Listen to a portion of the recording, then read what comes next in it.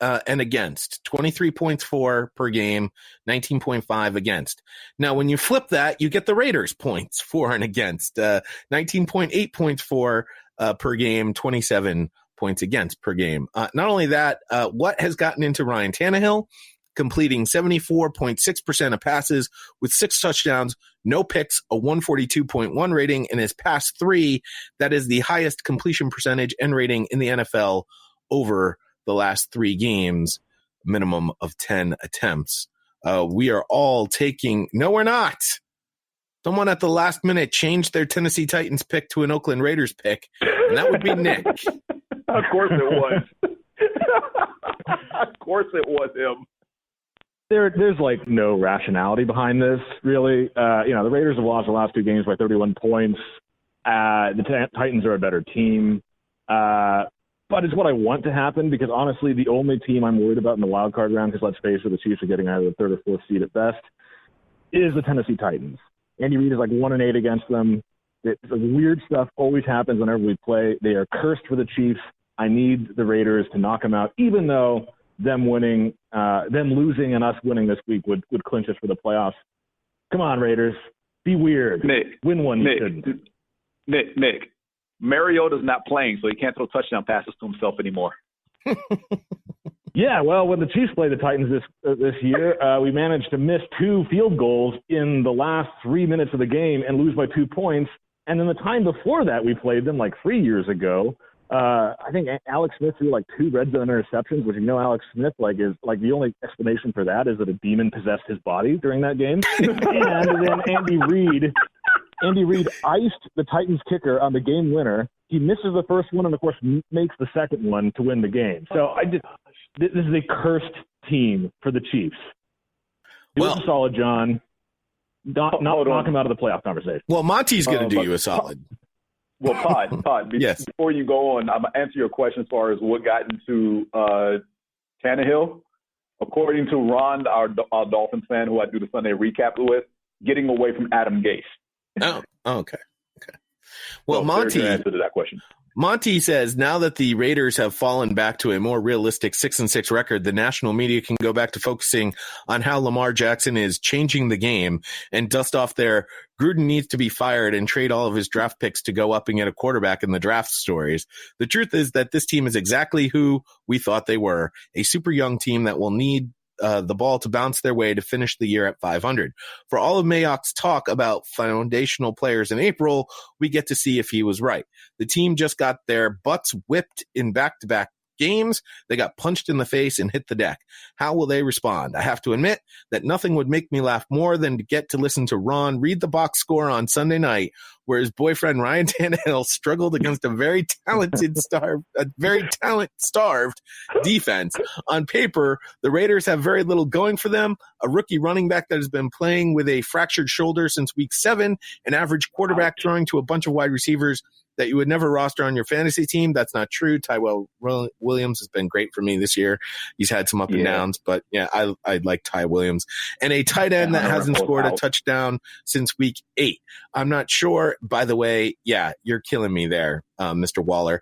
I'm not sure if Chucky can manufacture many more points with his fullback and tight end too, but he's going to need to because the defense gives up a 5th worst 27 points a game.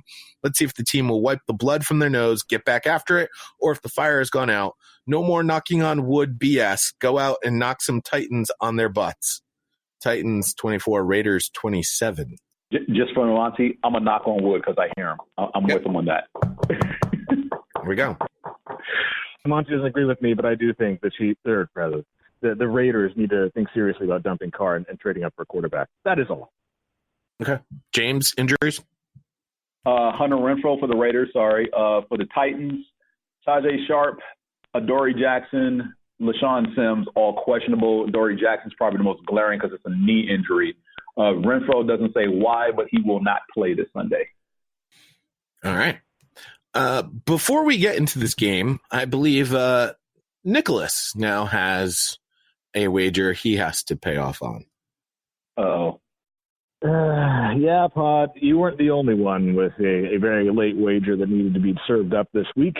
I bet our Patriots superfan, you're right, there is 2 on this podcast, our Patriots superfan Patrick that the Chiefs would win the last regular season meeting between these two teams, the New England Patriots and the Kansas City Chiefs. My wager to him was that he would have to watch and review a fanfic Star Wars movie put out on YouTube by then Chiefs receiver Chris Conley, which was a fun little 20-minute, weird, surprisingly decently done college movie.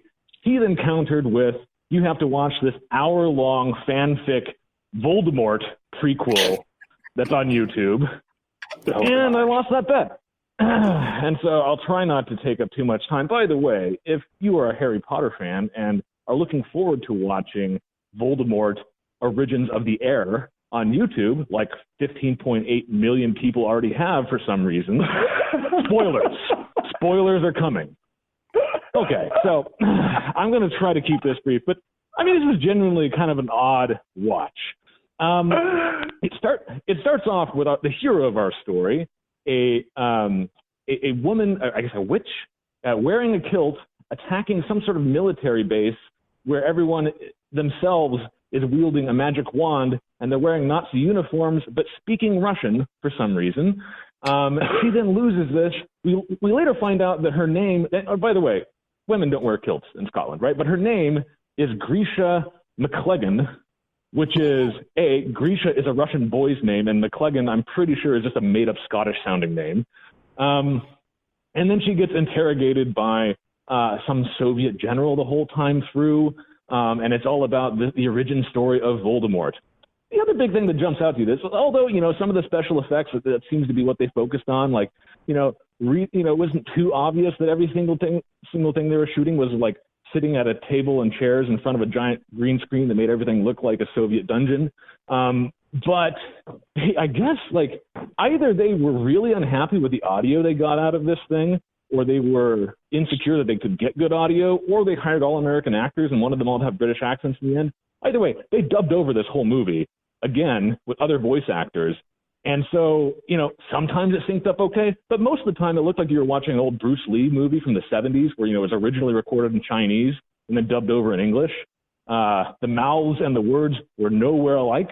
But yeah, the final words of this thing are, there will always be darkness in the world, Igor, but darkness is all we have. How else will we remember the light? That kind of sets the tone for the whole thing. It's all the sort of stuff that you would, like, write down in a notebook as a teenager and think was really profound. And then anyone who read it a second time would be like, that means literally nothing. And that's basically the movie. However, there was a reason why our Patriots superfan assigned me a Voldemort movie to watch, because it was thematically appropriate. And tell me if this line of dialogue is not a sufficient prologue to football, NFL in the 21st century.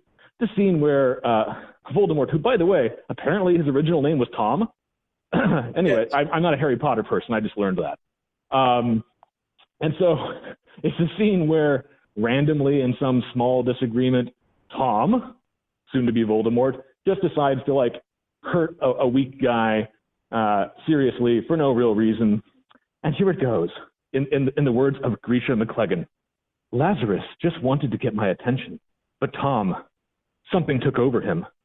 Like a shadow hungry for power, willing to do anything to punish the weaker and claim its own unquestioned superiority.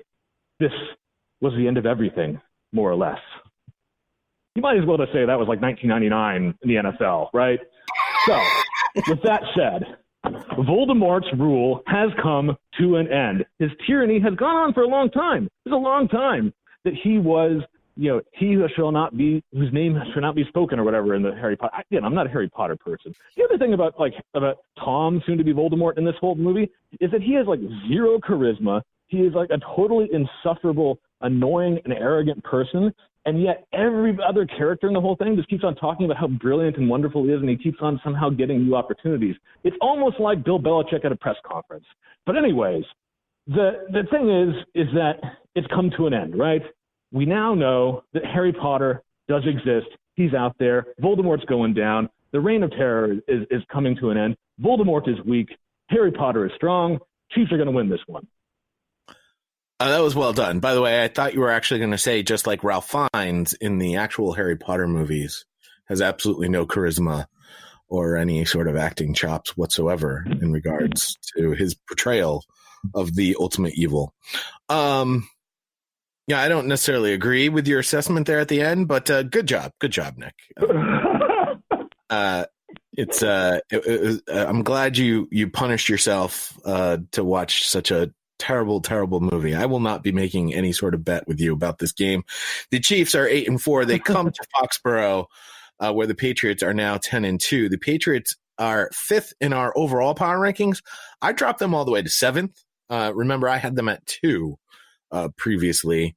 The Chiefs are 6th. The Patriots somehow are favored by 3 points in this game.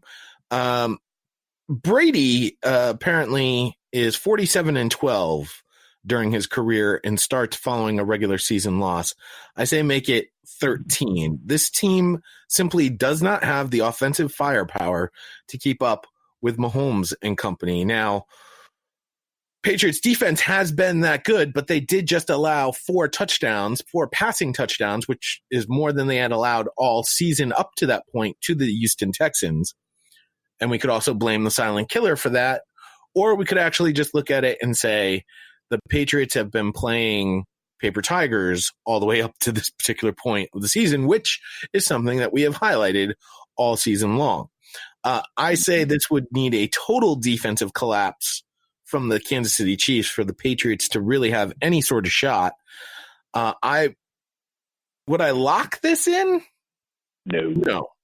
But this may be the first time since we started this podcast, now in our 5th season, that I will pick against the Patriots, and I will choose the Kansas City Chiefs to win this game outright in Foxborough. And I don't think that's a stretch. The Patriots' offensive line is garbage. They're on their 3rd center at this particular point in time. Mm-hmm. Isaiah Wynn is still essentially a rookie at left tackle. Marcus Cannon, despite the silent killer, was terrible before he even got the silent killer. He's not a great right tackle. I don't care what PFF said about him last season, where I think they had him ranked as the number 1 right tackle in all of football, which was outrageous. And the Patriots offense relies on short crossing timing routes. If you bring your defense all the way down in the box, Brady has literally no time for anyone to get deep and get open and to take the top off of the defense. He did have that in Antonio Brown, who turns out to be some crazy wackadoo that Patriot Nation is going nuts about. The Patriots need to re-sign Antonio Brown. They need to get him in right now. I'm telling you this once again. No. I tell you this with all sincerity. If the Patriots re-sign Antonio Brown, I refuse. Let me repeat this in all honesty and sincerity. I refuse to root for the New England Patriots for the rest of the season if they re-sign Antonio Brown. I don't care if they win a Super Bowl. I will not acknowledge it as a Super Bowl victory if they go on to win the Super Bowl with Antonio Brown. That said, Antonio Brown's not in the locker room this week, and the Patriots aren't going to win this week anyway. James, you disagree. You still think the Patriots somehow have something magical stored up in Foxborough and they can beat the Chiefs. Maybe they'll deflate the balls or something. Oh, you finally admit that. No, they never deflated the balls in the first place. You just said it, sir. This is on the record. This is recorded. This will be sent to the FBI immediately. Pod, the only reason I'm picking the Patriots is because of what I said last week and the stat you just gave earlier. Their record after a loss. I mean, 40-12. Yeah, add a notch to it. Nick, I'm sorry. That factor and the fact that they are playing in Foxborough where they very rarely seldom lose. I can't even remember the last time the Patriots lost 2 in a row. Yes, Pod, I know they're reeling. I was actually surprised that last week's game against Houston, the referees called 2 offensive pass interference calls against the Patriots offense on those pick routes you guys like to run underneath, with the Edelman and somebody else crossing each other from opposite ends on the field. Of course, you wouldn't know what I'm talking about. Every team runs those damn pick routes, James. It's been so obvious this year. And the NFL, for whatever reason, has decided